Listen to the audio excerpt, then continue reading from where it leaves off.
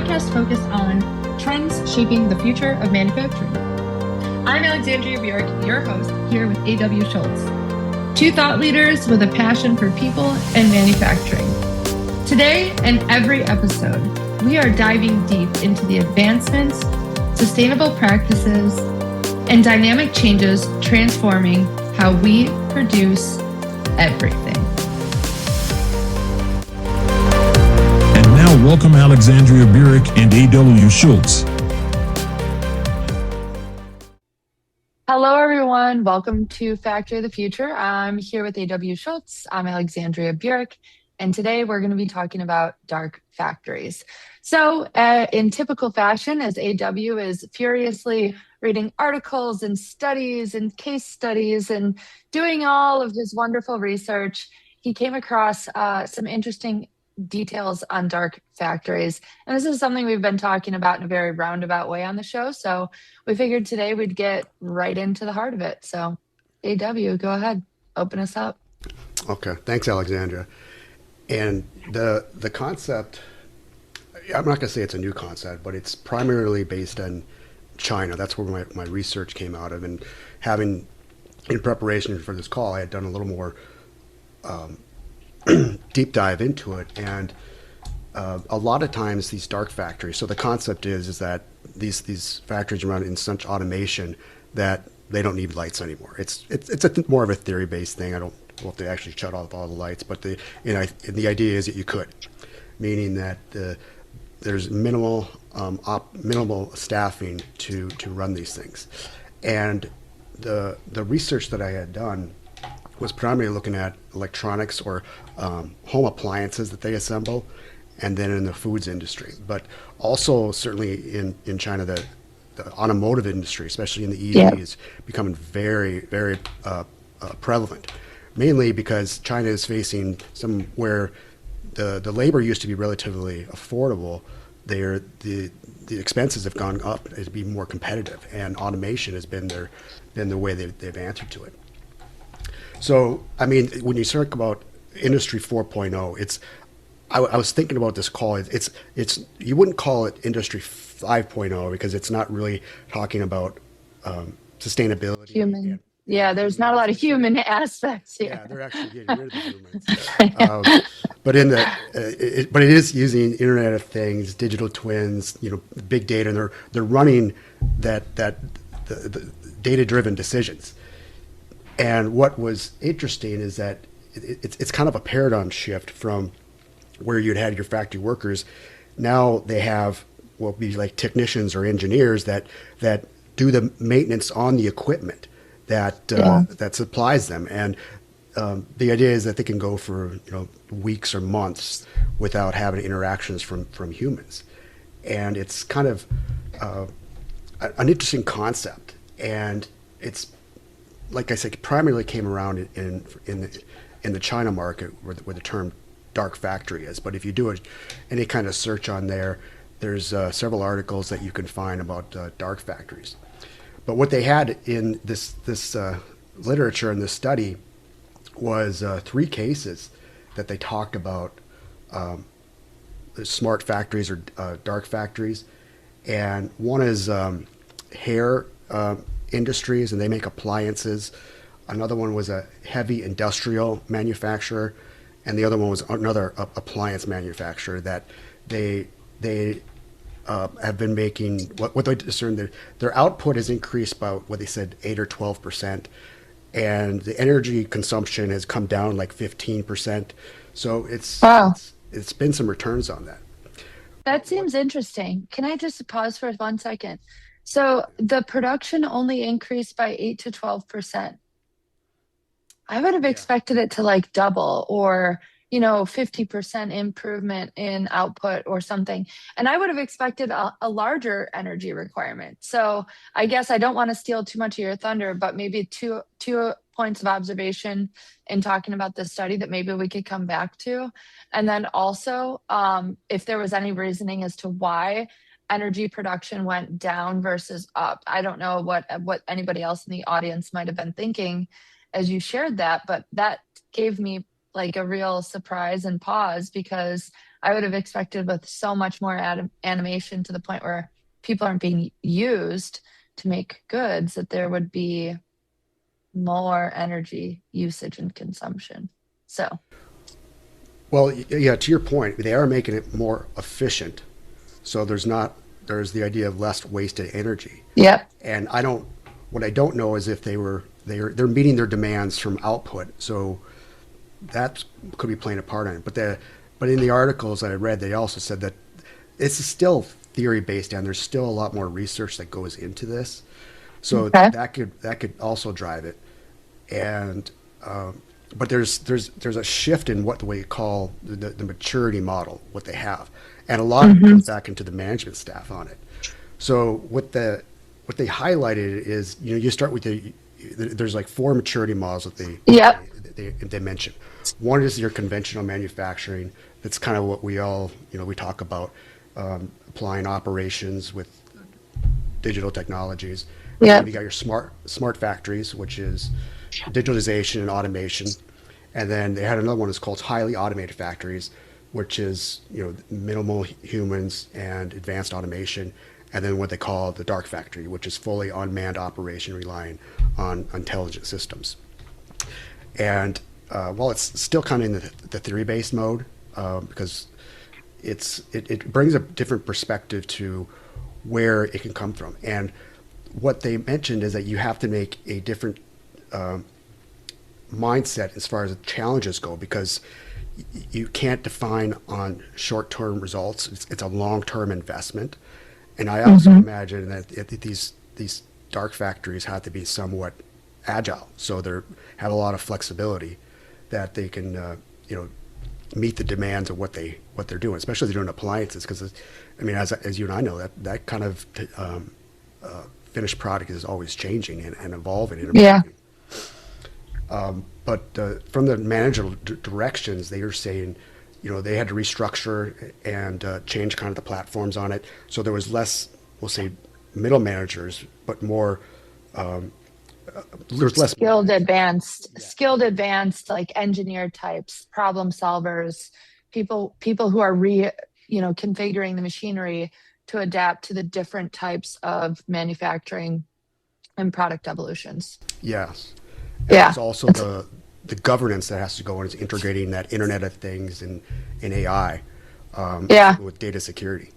Well, yeah, I was just going to say, going back to some of our previous conversations about data security, I would say, in addition to kind of just a general maturity assessment of your organization, you would also want to make sure that you have got a real significant improvement and really great rules for your data security because if I mean, even if the power goes out, obviously that would shut any factory down. But I think those factories would be even more susceptible to some of the risks there with that. So even just probably having generators, depending on the type of um, manufacturing and demand you're trying to meet. It's interesting that when I we had talked about the 8 to 12% production improvement, you had mentioned that they were meeting demand. As I was doing the research on the featured case or study, which was Seeker, the Chinese auto manufacturer, maker, out. One of the things that they had mentioned, or I guess I raised as a concern, was are they going to overproduce and be left with so much supply that their value decreases. And I think it's wise for companies to really take that into consideration. Like, great, it's awesome that we have this capacity to do more, but also let's not do too much more to the point where um, you've just flushed the market with all the supply. I guess another interesting concept or potential future path for this could be almost something like if we go, let's just fast forward 20, let's say 20 years down the road, right? And every factory is like basically a dark factory. I could see it being where maybe it's like a shared factory. So maybe Volvo makes their cars from, 12 in the morning or for, the first week of the month. And then BMW makes their cars for the second week of the month, where there's almost this like factory sharing So that way companies aren't, they can reduce the expense of having this equipment, these spaces, and all that other stuff, but not overproduce demand. Almost like I'm almost thinking about even like Starlink, right? Like they will ship other competitor stuff up into space to fill their kind of capacity where Starlink doesn't need to use it. So I'm wondering, is there a possibility of something like that? What do you think? Yeah, I mean, when I think about the foods industries, there's a lot of different co-packers are out there that go out there specifically meeting those demands. Huh. Automotive, that'd be I haven't thought about that, but one of the one of the articles that I had read talked about the EV vehicles that they're being made in China, that they're actually, what you just said, worried that they're overproducing. And certainly with some of the tariffs, they're being restricted by how much they can put into the Yeah, market. export. Yeah.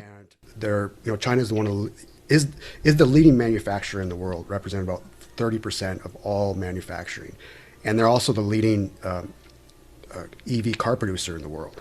So yeah, they want places to go with it, and it sounds like they've got strong relationships with some of the Asian countries and Brazil. Yep. That's where much of what they're doing for the sales on it. Yeah. One of the things that they also said, as far as the challenges that they're seeing, is supplier readiness. So you can be a smart factory, but if you can't get the materials in on time or export it on time, that's turning into a bit of the bottleneck. And I then was going to ask about that. So, how does the supply chain side of this work, right? So, like, if this is a dark factory, did you come across anything in your research where there was at least some type of receiving um, person, or is that all automated as well? So let's just say a person who's actually driving a truck, let's say it's a LTL load, like, right, less than a truckload.